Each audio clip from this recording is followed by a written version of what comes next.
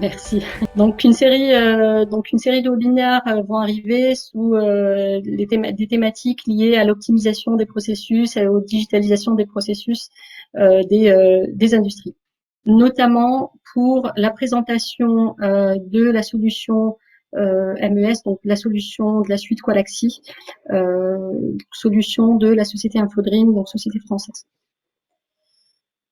Donc aujourd'hui, ce que je vous propose, c'est de parler un petit peu du contexte dans lequel on se trouve, à savoir, donc on va évoquer les challenges vécus par les industries, parler également de l'impact de l'impact de la crise que nous vivons actuellement, donc à savoir le Covid-19, les besoins des industries, et puis finalement quelles solutions adopter, prendre pour rester compétitif.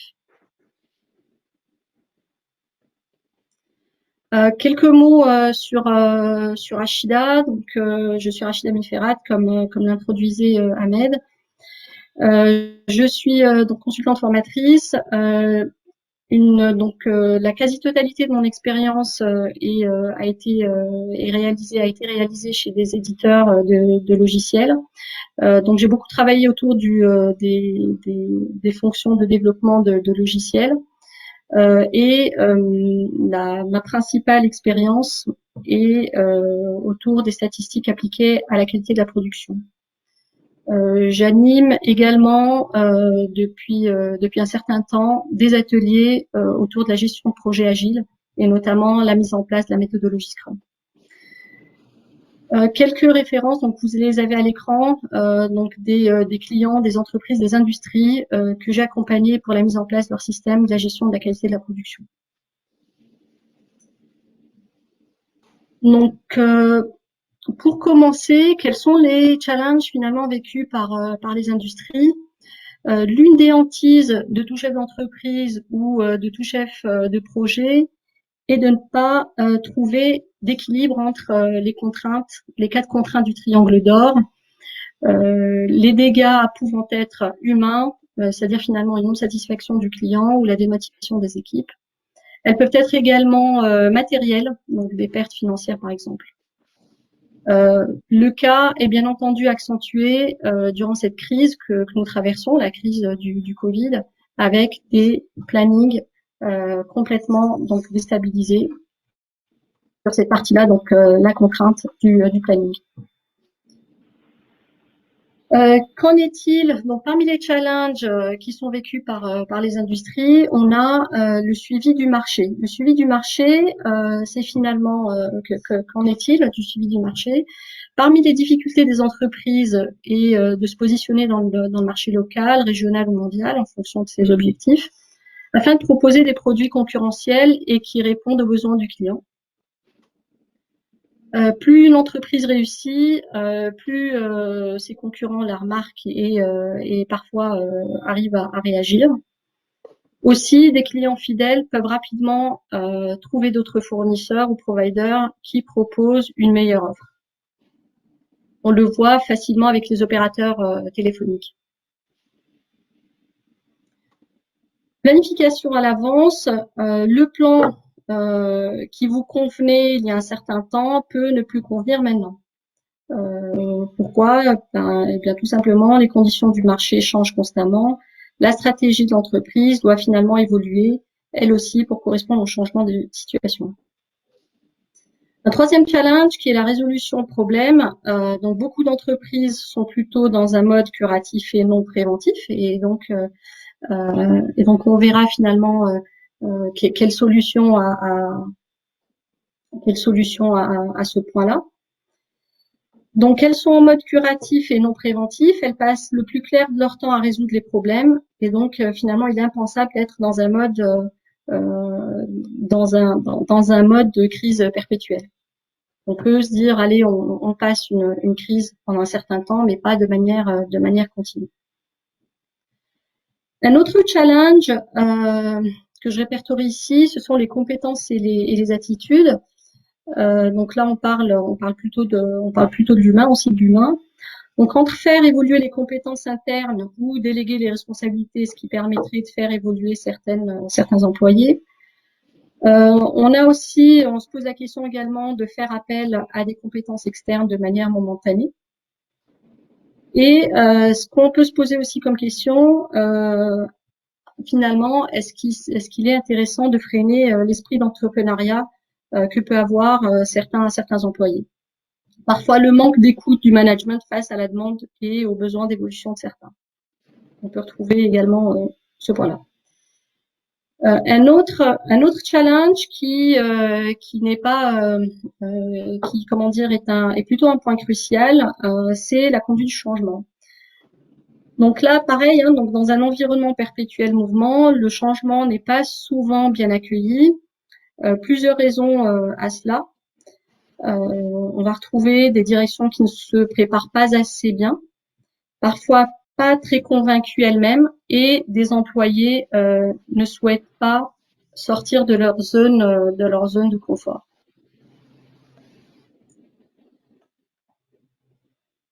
Autre challenge, la compétitivité, qui peut être en fonction des objectifs de l'industrie ou de l'entreprise sur le plan national ou local ou national ou régional ou mondial.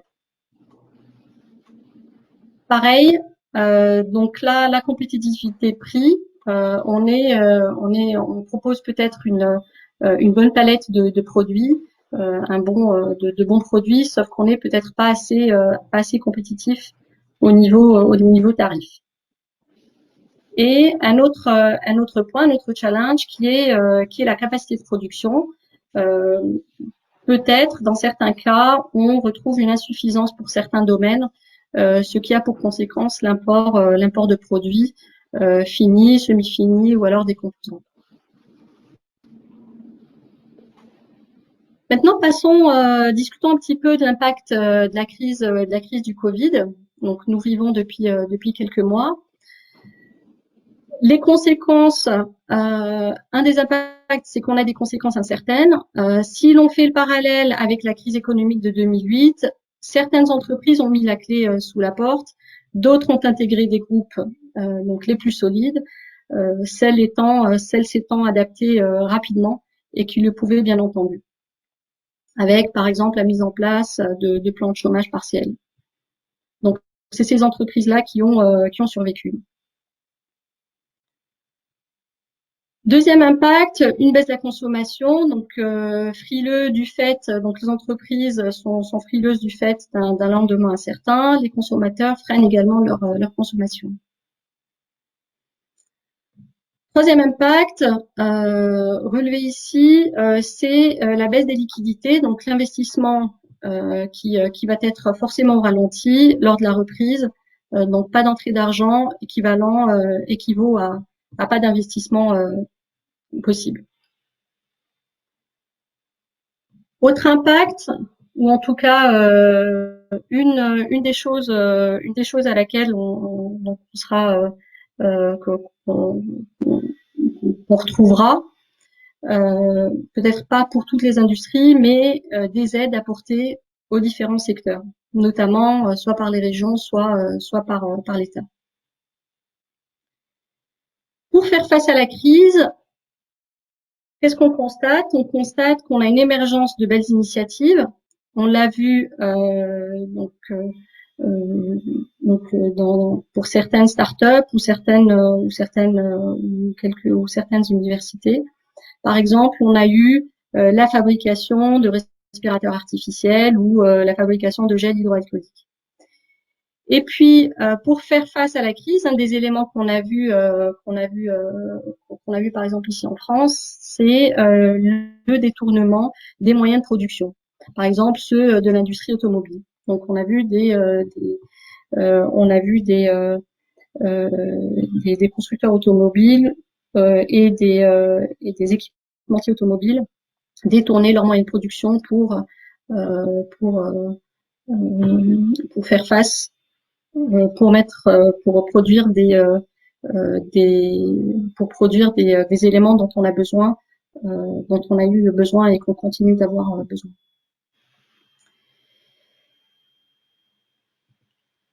Autre défi à relever par les industries. Donc là, on évoque les impacts de la crise du Covid-19. Passons maintenant aux besoins des industries. Donc, parmi les défis à relever par les industries dans les années à venir, qu'est-ce qu'on peut citer? On peut citer, bien entendu, de rester compétitif. Donc, qu'est-ce que ça signifie? Ça signifie de rester à l'écoute du marché qui est en perpétuelle mutation. On relève également le manque de main-d'œuvre qualifiée. Il existe beaucoup de main-d'œuvre disponible, mais la question qui se pose finalement, est-ce qu'elle est assez qualifiée pour accomplir la tâche qu'on lui donne? Est-ce que la formation est disponible? Et puis, le manque de formation du personnel et des collaborateurs, qui est le moteur de toute entreprise ou de toute industrie, est souvent la principale raison de la fermeture de certaines entreprises. Autre point, autre défi à relever, on retrouve, donc on a, est-ce qu'on a assez de temps d'avance en termes d'innovation? Et donc là, comment y parvenir avec de la veille technologique, par exemple, ou concurrentielle ou normative, ou l'ensemble des trois, par exemple. Un autre besoin des entreprises et qui est aussi un défi à relever par les industries, on retrouve le coût de la santé. Donc le coût de la santé, donc il faut être conscient de la hausse des coûts de soins de santé pour les employés, ce qui a pour conséquence de fragiliser les coûts de fabrication, par exemple si on prend juste le cas des absences. Et dans ces cas-là, avoir une médecine préventive ne serait pas un luxe qui serait à l'écoute de la santé physique et mentale de ses employés. Autre défi à relever par les industries dans les années à venir, c'est par exemple faire de la machine son allié et non son ennemi. Donc on a souvent entendu ceci, la machine qui remplace l'homme, la machine va remplacer l'homme et donc elle va prendre son emploi. Donc il faut finalement être conscient, d'une chose, c'est le fait que la machine lui simplifie la tâche et donc l'employé euh, peut se consacrer à ce qu'il dans ce qu'il excelle finalement dans son métier de base. Autre défi, c'est englober, donc mettre l'humain au cœur de la stratégie de l'entreprise. Donc là, je relève le fait que l'investissement sur l'humain est une chose essentielle, est une chose importante, notamment sur le long terme, bien plus que l'investissement pour les machines, qui peut certes nous coûter plusieurs centaines de milliers d'euros ou de dollars parfois, mais la différence avec l'humain, c'est qu'on a cette dimension émotionnelle et donc une, une, une composante importante. Un des défis également à relever par les industries dans les années à venir, c'est la réduction du gap ou l'espace finalement entre l'université et l'industrie. Souvent, on notera un manque de préparation des étudiants fraîchement diplômés à leur entrée en industrie. Autre point, donc les préoccupations, autre défi à relever dans les années à venir, on retrouve les préoccupations environnementales. Parmi les préoccupations environnementales, on va avoir les réglementations environnementales qui peuvent être certes très coûteuses pour les industries, ok, mais celles-ci doivent être conscientes de ces coûts en les anticipant dans leur budget trimestriel, par exemple, ou annuel. Donc maintenant qu'on s'est mis un petit peu dans le contexte des difficultés ou des challenges à relever par les entreprises, par les industries, les défis qui sont à relever par les industries dans les années à venir. Parlons maintenant des solutions, des voies de sortie pour rester compétitif. Alors, comment arriver à rester compétitif tout en ayant une production qui répond au niveau de qualité requis? On va avoir la gestion, donc une des principales choses à laquelle donc il va falloir consacrer du temps, c'est la gestion du changement, donc le change management. Et donc pour moi, il s'agit de un des éléments les plus importants, et donc pour pouvoir adopter le mindset qui convient. Si par exemple on n'est pas très familier avec une politique ou des standards qualité ou des standards de production, euh, étant donc le fait que ces deux choses soient euh, donc le fait que ce soit primordial euh, pour pour pouvoir euh, pour pouvoir implémenter une solution ou une autre, euh, pour moi il s'agit de l'élément principal. Donc à commencer par le top management, par les managers et également pour toute la composante, pour pour tous les opérateurs qu'on peut avoir dans notre industrie. Donc finalement, c'est l'affaire de tous. Le top management qui est convaincu, qui peut prétendre à un changement de un changement d'attitude pour pouvoir rester compétitif et surtout s'adapter rapidement au changement. Deuxième élément essentiel comme solution pour rester compétitif, la formation. Donc finalement, on reste sur cette composante de l'humain. Miser sur la formation, donc sensibiliser, former aux approches et aux outils. Autant on va mettre on va mettre du temps sur la formation, sur la sensibilisation des approches et des outils. On passera autant de temps éventuellement sur la conduite du changement pour l'adoption du mindset qu'il faut. Troisième point qui nous permettrait de rester compétitif, c'est de standardiser ces pratiques et de se conformer aux standards internationaux. Donc ça, pareil, ça nous permettrait de pouvoir à un moment donné nous comparer ou donc de pouvoir fabriquer ou livrer ou délivrer des produits donc on- donc qui seraient conformes aux standards nationaux ou internationaux.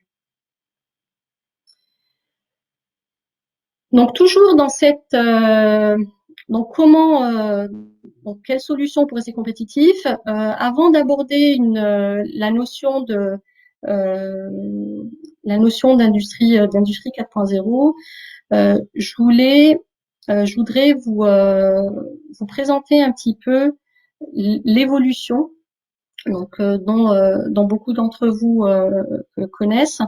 Donc pourquoi est-ce qu'on parle aujourd'hui de quatrième révolution? Donc ce qu'on vit aujourd'hui. La première révolution, c'est quoi? C'est la production mécanique, par exemple, qui a été portée par la machine à vapeur au départ. Seconde révolution qui intervient autour de 1870, donc qui est la production de masse. Donc cette production est poussée par l'énergie électrique. Troisième révolution qui est la production automatisée. Cette production est soutenue par l'électronique et les technologies informatiques.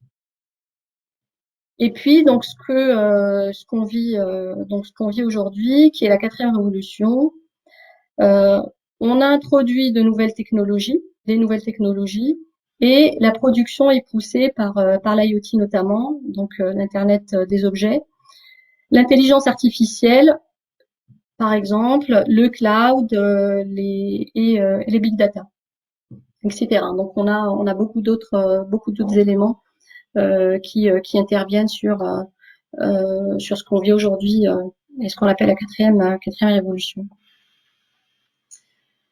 Donc cette quatrième révolution, lors de cette quatrième révolution, donc on parle aussi d'industrie 4.0, aussi appelée industrie du futur.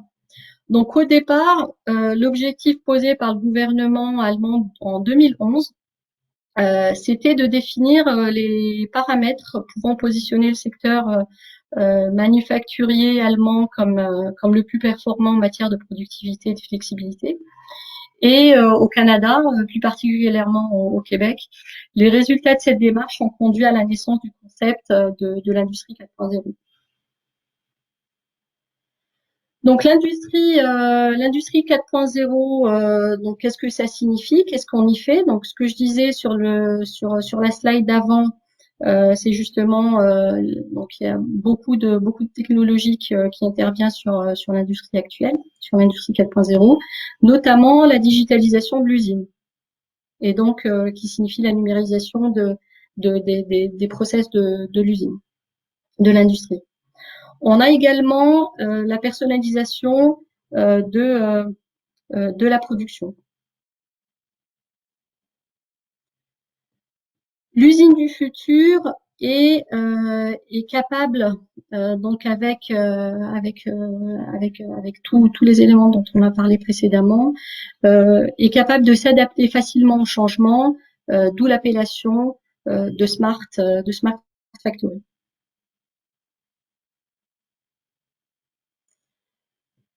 Donc, continuons à parler de l'industrie 4.0. Quels en sont ses besoins? Parmi les besoins de l'industrie 4.0, donc on va retrouver la data finalement qui est le cœur, qui est le cœur de cette industrie. Et donc une fois récoltée, une data qui est très importante, ne serait-ce que par sa quantité. Donc des défis vont être à gérer, qui sont le flux important de données. Comment l'analyser pour pouvoir livrer des résultats aux différentes parties prenantes. Et troisième élément qui s'avère, qui est très important au niveau de la gestion des données, c'est sa sécurité. Autre solution, du moins besoin de l'industrie 4.0, c'est donc avec toute cette data, les besoins des différents utilisateurs, des différentes parties prenantes. Nous aurons besoin de programmation pour pouvoir personnaliser, par exemple, l'interface humain-machine. C'est ce qu'on voit, par exemple, sur les applications. Sur les applications qui sont développées aujourd'hui, pouvoir par exemple sur son tableau de bord, sur son dashboard, rajouter les différents des widgets qui correspondent à notre travail quotidien. Donc on va avoir 10 utilisateurs, 10 interfaces différentes. Et puis en termes de besoins pour cette industrie 4.0, on va, étant donné donc l'évolution des technologies qui est très important, les investissements doivent être aussi constants.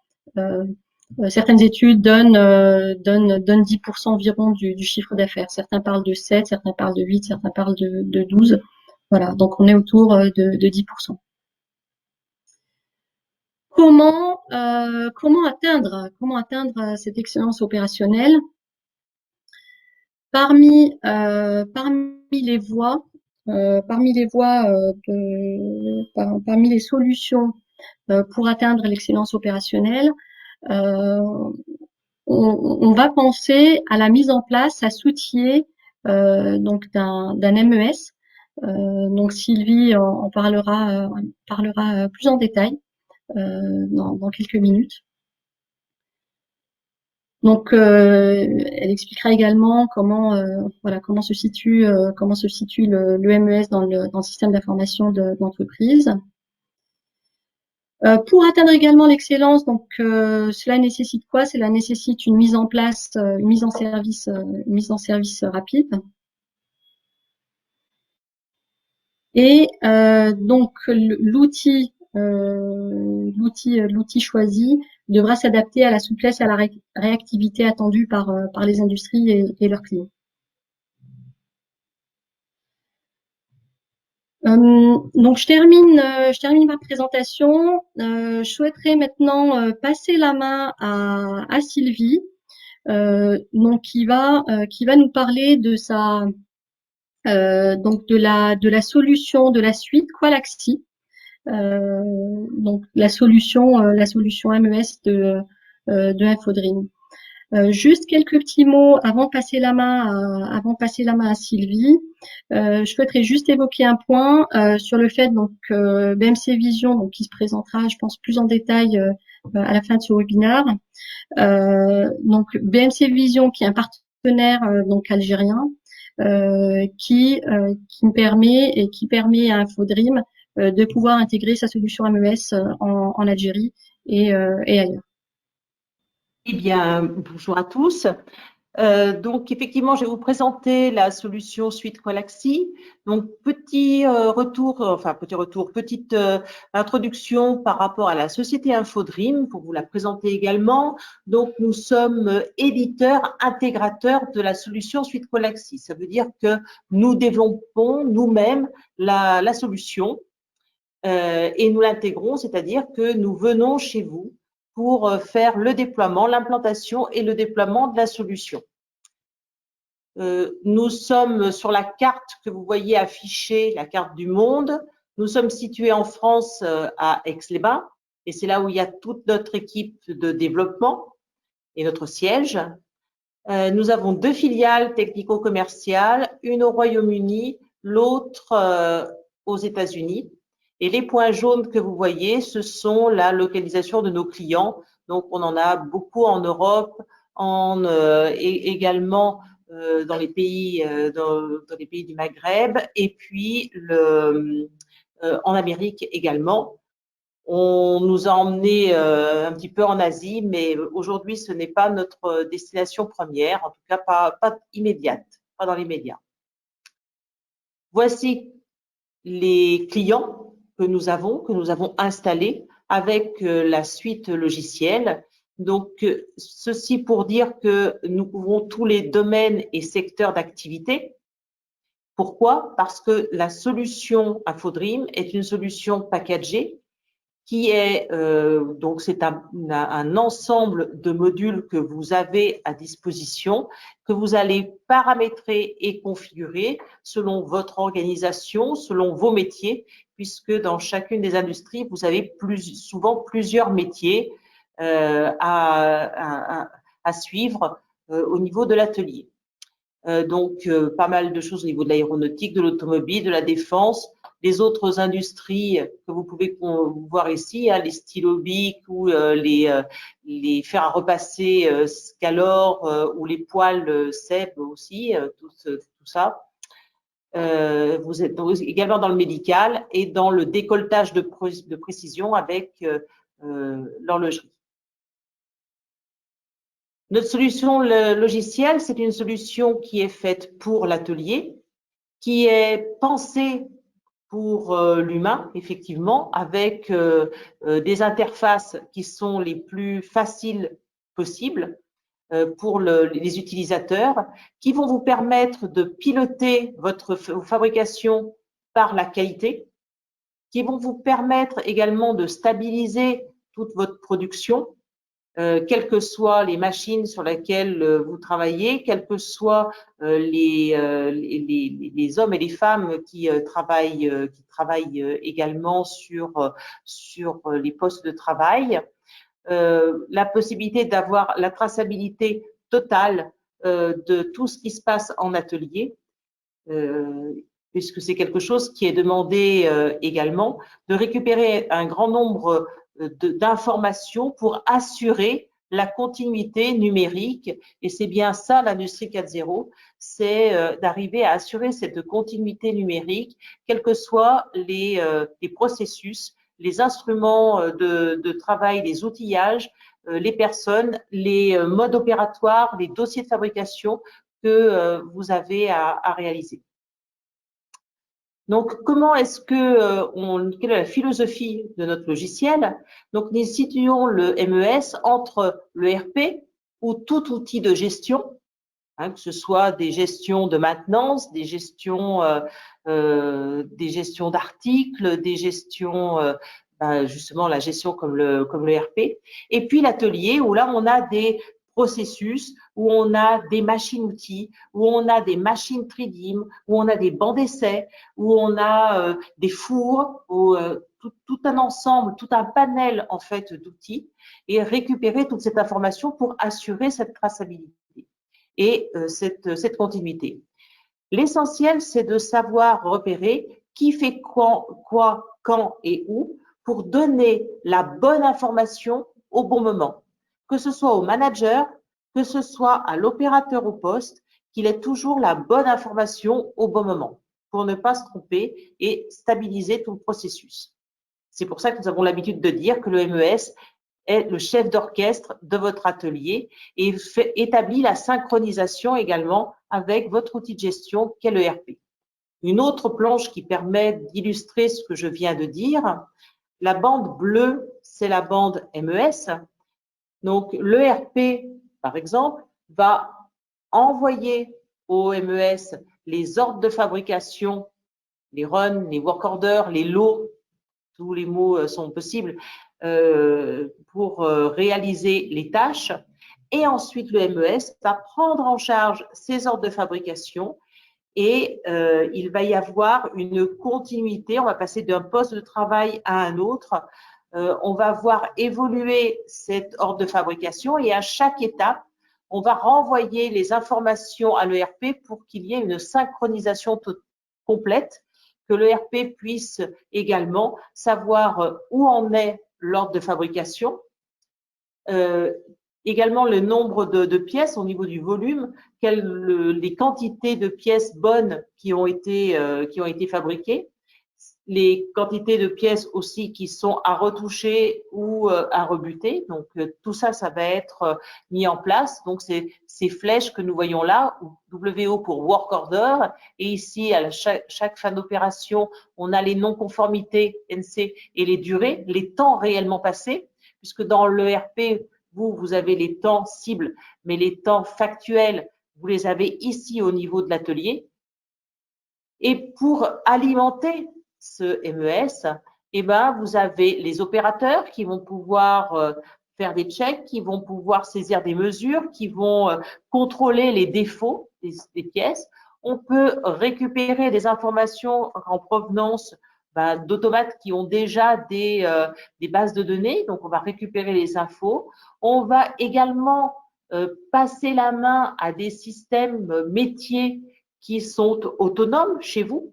Donc, le MES va dire, ça, sur cet ordre de fabrication, je passe la main. Tu vas me donner la durée exacte de ce qui s'est passé, quelles sont les informations que j'ai à connaître, et je vais, moi, les intégrer dans mon système. Je vais pouvoir renvoyer les informations à l'ERP ou les garder dans le dossier de fabrication de l'ordre de l'OF. Et enfin, tout ce qui est banc d'essai, tout ce qui est machine tridim, tout ce qui est toutes ces mesures que l'on va pouvoir collecter d'une manière automatique, vous allez là aussi pouvoir les récupérer pour à la sortie avoir un dossier complet. La suite Qualaxy, c'est AMES.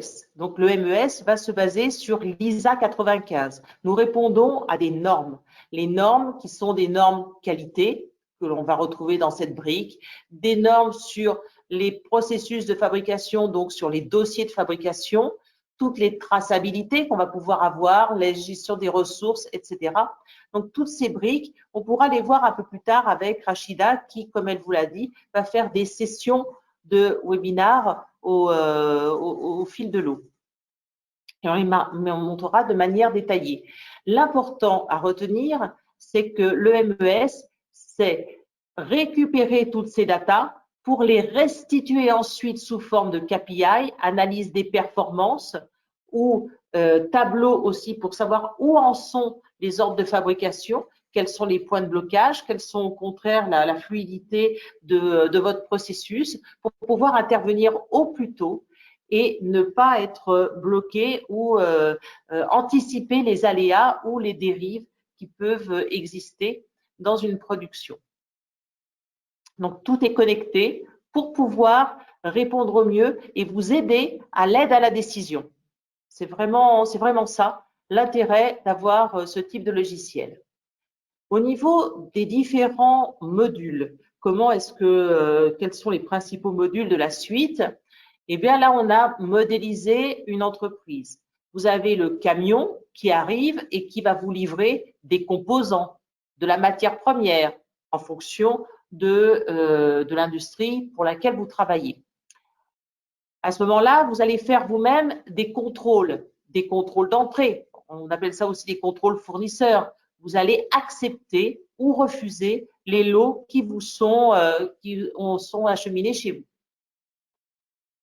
Ensuite, ces matières premières, ces composants, vous allez les envoyer en production et sur l'atelier, vous avez des dossiers de fabrication. Et là, l'opérateur va avoir un suivi de toutes les étapes qu'il a à réaliser, toutes les instructions de travail qu'il a à réaliser.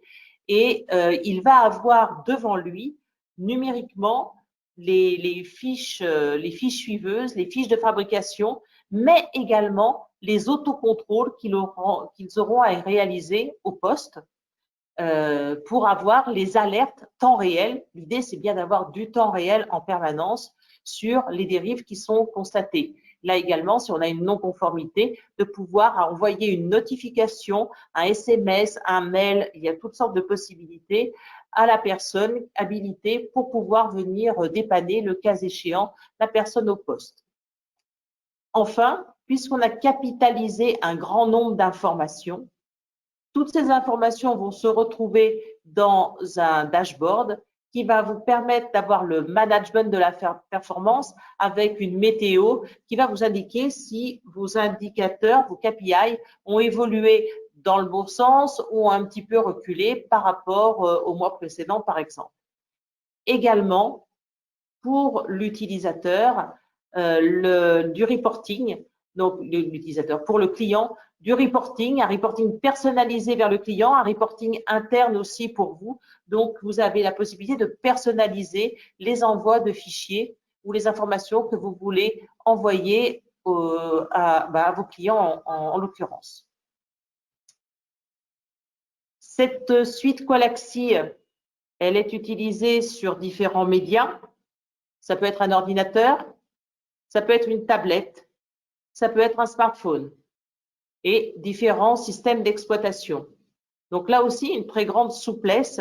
Et vous avez vu au niveau des écrans, ce sont des écrans que l'on peut avoir. Toujours cette idée d'IHM, ce que disait Rachida tout à l'heure, c'est-à-dire qu'il faut toujours prendre en compte l'opérateur et avoir une interface qui soit la plus intuitive et la plus facile possible. Donc derrière, vous voyez qu'il y a un certain nombre d'instructions de travail, des checks, mais aussi des traçabilités, mais aussi des mesures, tout ce que vous pouvez voir ici. La suite Qualaxy, et c'est en ça que c'est une révolution, comme elle le disait, c'est qu'on va vous mettre à disposition un outil qui sera un outil universel. C'est-à-dire que vous avez vu qu'on a un certain nombre de clients qui sont dans des domaines d'activité différents. Or, nous n'avons qu'une seule version de logiciel disponible et c'est à vous de configurer ce logiciel. Vous allez les configurer en fonction et vous allez y introduire votre manière de travailler, donc votre organisation. Est-ce que vous êtes organisé par ligne de production par rapport à des clients ou plutôt par rapport à des produits. Donc, c'est vous qui allez l'indiquer. Vous allez indiquer aussi quels sont vos processus, comment vous travaillez au niveau de vos processus. Vous allez pouvoir les faire évoluer dans le temps. Vous allez conserver tout l'historique de tout ce qui s'est passé, à la fois dans les évolutions de vos gammes, mais également dans tous les ordres de fabrication que vous avez réalisés. Ce qui veut dire que vous avez non seulement des indications temps réel de tout ce qui se passe en atelier, ça c'est tout le cockpit et tout le dashboard que je vous ai, sur lequel on est passé très vite, mais qui est inclus dans la suite. Et vous avez la possibilité aussi de faire beaucoup de travail a posteriori pour faire de l'amélioration continue.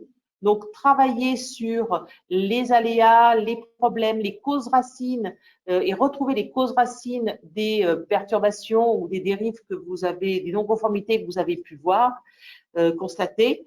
Vous pouvez également demander à ce qu'il y ait des retouches qui soient faites, c'est-à-dire que l'outil s'adapte complètement à votre manière de fonctionner et à votre, j'allais répéter le mot organisation, mais à vos processus et à toutes les procédures que vous avez déjà mis en place. Mais ça reste votre mémoire, c'est-à-dire que vous allez conserver toutes ces informations. Le coût de mise en place pour de telles solutions est un coût assez faible dans la mesure où on fonctionne par licence, mais surtout, il y a un coût au départ d'installation, de déploiement, de mise en place, donc de formation des gens qui vont configurer, donc de ceux qui vont prendre en main cet outil, qui eux-mêmes vont devenir complètement autonomes et indépendants sur la solution pour pouvoir la faire évoluer, pour pouvoir créer d'autres processus et pour pouvoir former les utilisateurs en interne, les opérateurs en interne. Cette solution, elle devient la vôtre complètement. Et vous avez la possibilité également, dans cette solution, de pouvoir paramétrer à la fois vos activités de montage, vos activités d'assemblage, vos activités de procédés spéciaux, si vous avez des procédés spéciaux, et tout ça dans une même… Alors, il y a des choses qui sont quand même bien différentes de l'une et de l'autre, mais tout ça dans cette même solution.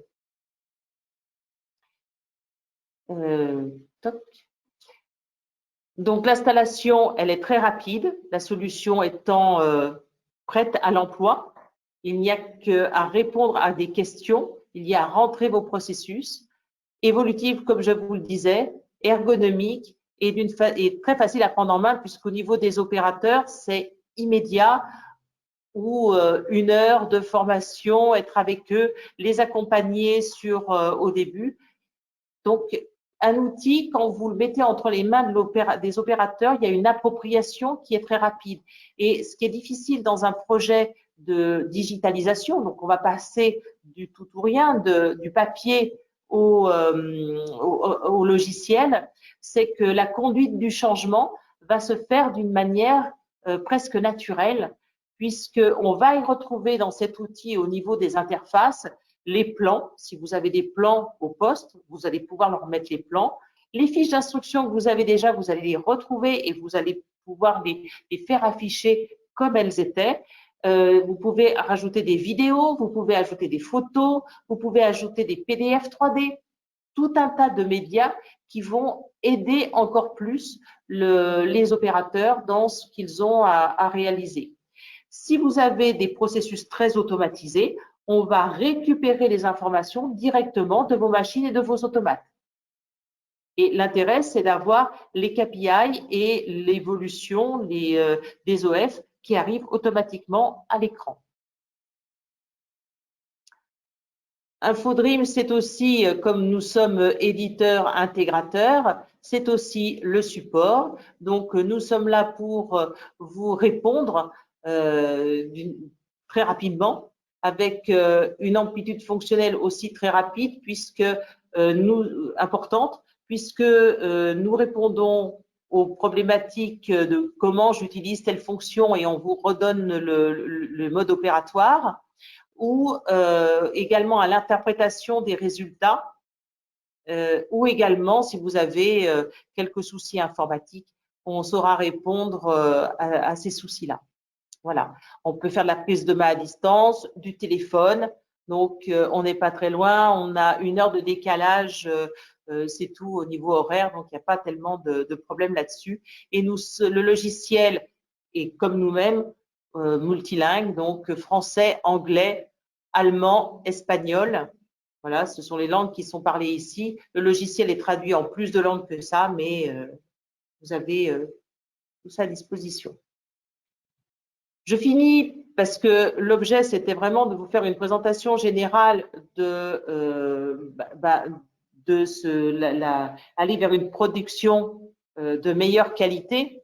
Donc, le pilotage par la qualité, c'est important. Il y a donc des outils qui existent pour vous aider à ça. Et vous avez quelques témoignages clients que vous pouvez lire, n'est-ce pas, qui montrent que au niveau de la souplesse d'utilisation, de la facilité de paramétrage, de l'appropriation de ce type d'outils par les opérateurs, eh bien, on gagne tout le temps, en fait. Voilà. Donc, des accompagnements très rapides, 3 semaines d'accompagnement sur ce témoignage. Il y a beaucoup du coup, on voit, il y a une multitude de choses qu'on va pouvoir faire, plus que ce qui avait été prévu au départ chez un autre. La partie SPC, donc la partie qualité avec le management de la mesure, ça également, ça va permettre de stabiliser la production.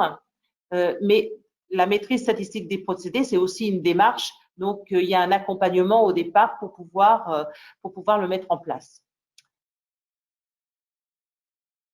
Et d'autres témoignages clients ici.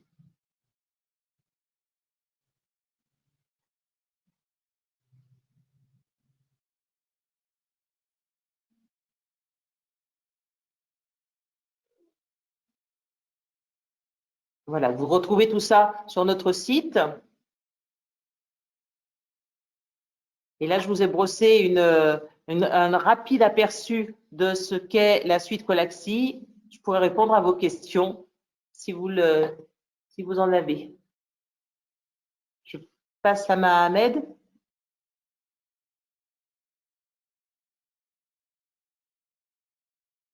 Donc, je vous remercie, Madame Sylvie. On est arrivé à la partie des questions-réponses. On attend des questions des participants. Comment organiser le projet et comment vous travaillez? Pour l'implantation de la solution Colaxi, il y a déjà toute une étude qui est faite puisqu'on va travailler en amont avec vous au niveau commercial, technico-commercial. On va comprendre votre métier, on va vous rencontrer, on va déterminer les périmètres, ce que vous faites, etc. et quels sont vos besoins. On va faire toute cette analyse et si on travaille ensemble, donc vous commandez le logiciel, à ce moment-là, on transfère, donc la partie technico-commerciale transfère tout ce qu'elle sait déjà à son service client qui va venir faire l'intégration. Il y aura des kick-offs qui seront réalisés avec vous, les clients, pour pouvoir justement redéfinir, pour faire toute cette préparation amont avant de venir chez vous. Ce qui est important, c'est que les gens qui viennent chez vous soient déjà bien concernés et comprennent bien votre métier, vos besoins, vos objectifs, pour que lorsque l'on vienne faire les formations, on vous forme sur l'outil, bien sûr, mais très rapidement, on rentre dans votre besoin et on crée les gammes, à la fois les gammes de fabrication ou les gammes de contrôle qui sont votre objectif. Pour que lorsque nous partions, les formations initiales se fait sur 3 journées. À l'issue de cette formation, il y a déjà quelque chose qui soit fonctionne tout de suite, parce qu'on avait tous les éléments et vous les aviez tous également, soit en tout cas, soit très avancé. Est-ce que j'ai bien répondu à la question ou y a-t-il besoin de Oui, la compléments? réponse est pertinente. Donc, quelle est la durée du déploiement et la mise en place de l'MES? Alors là, on va parler c'est pas le déploiement en entier, on va déjà parler d'un pilote. Pourquoi? Parce que au départ, il y a quand même du changement malgré tout, hein, même si je vous ai dit que c'était très facile, il faut quand même qu'on travaille sur un périmètre qui soit défini. Donc, le pilote se fait entre 2 et 5 semaines. À condition, parce qu'il y a quand même une condition, c'est que le client, il a bien déterminé quel était son périmètre. On a tous les documents, on a les modes opératoires qui sont bien définis. Il n'y ait pas de discussion en interne entre les gens métiers parce que c'est du métier. Donc, que les gens métiers soient déjà bien clairs et sachent bien ce qu'ils veulent. Donc, ça, entre 2 et 5 semaines pour le périmètre pilote. Ensuite, nous, on va vous former complètement et après, c'est vous qui allez déployer au fur et à mesure. Mais il faudra quand même quelqu'un qui soit chargé au sein de l'entreprise de réaliser ce déploiement. D'accord. Donc, vous pouvez activer vos webcams, donc, si vous voulez. Quel est le coût de cette solution? Le coût de la solution, alors c'est difficile de donner un coût, bien évidemment, puisque ça dépend complètement de chaque entreprise et de son besoin, de sa couverture. Mais disons que on peut donner une fourchette entre 12 000 euros et ça peut aller jusqu'à 35 000 euros. Mais disons que 12 000 euros, c'est jouable, c'est tout à fait possible. Et pourquoi c'est pas tant, c'est surtout qu'au départ, il y a de la formation, donc il y a du temps, il y a un petit peu d'accompagnement pour cet accompagnement à la maîtrise des processus ou à la maîtrise des procédés aussi, tout le management de la mesure, avoir un visual management qui soit le plus proche possible de votre objectif à vous pour que vous ayez un retour sur investissement qui soit le plus rapide possible.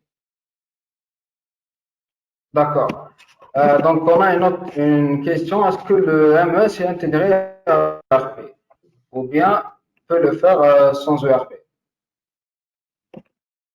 Excusez-moi, Donc, j'ai pas compris la question. donc, je vais Oui, répéter. dans le Donc, chat. est-ce que le MES est intégré avec l'ERP ou bien peut le faire sans ERP? Alors, on peut avoir un MES sans ERP. Il peut être indépendant, complètement, puisqu'on sait, dans le MES, on va être capable de créer les ordres de fabrication qui vont être le point source, en fait, de tout le suivi. Donc, il peut travailler tout seul. Et on sait, et on a toutes les fonctions également pour pouvoir synchroniser complètement le ERP et le MES s'il y a déjà un ERP qui est en place. D'accord. Comment est assuré le suivi de l'EMS? Comment? J'ai pas compris la question. Donc, comment est assuré le support? Le Je sais pas si support? j'ai bien entendu tout à fait. Voilà, il s'agit du support. Donc, comment organiser le support pour la suite Qualaxy? Eh ben, le support, c'est-à-dire qu'on a on a une équipe support à disposition qui est présente. Vous l'appelez, donc soit par messagerie, il travaille avec des tickets, hein, par messagerie. Ils peuvent prendre la main à distance. Ça peut être par téléphone. Ça peut être tout type de choses. Est-ce que vous avez quelque chose à ajouter, Madame Rachida? Très bien. Donc effectivement, donc je vous remercie pour l'organisation de ce premier webinaire donc d'une longue série. Donc on vous tiendra au courant pour la tenue du prochain. Donc on prendra comme l'indiquait, comme je l'indiquais au départ et comme l'indiquait aussi Sylvie, on prendra des thématiques bien particulières. Donc on rentrera un peu plus dans le détail du MES et on prendra sujet par sujet et on détaillera. Voilà, je vous remercie pour vos questions et puis on se dit à très bientôt. Donc restez à l'écoute de nos informations sur LinkedIn. Merci à tous. Donc, merci d'attendre. On est arrivé à la fin du webinaire. On vous remercie pour votre participation et vos questions. Si vous avez encore plus de questions, n'hésitez pas à nous contacter et on va vous répondre avec plaisir. Donc, en vous invitant à remplir un petit sondage qui est dans le chat. Donc, je vais le laisser dans un moment pour nous aider à améliorer nos webinaires. Donc, ce webinaire a été fait par BMC Vision, un organisme de formation et de conseil créé en 2013 dans le but d'accompagner les entreprises, les responsables d'entreprises et de les équiper d'outils leur permettant de se positionner sur le marché. Nous vous invitons à rejoindre nos sites web et réseaux sociaux pour connaître plus sur nous et nos activités. Je remercie encore une fois Madame Rachida et Madame Sylvie et au prochain webinaire, Inch'Allah. Merci Ahmed.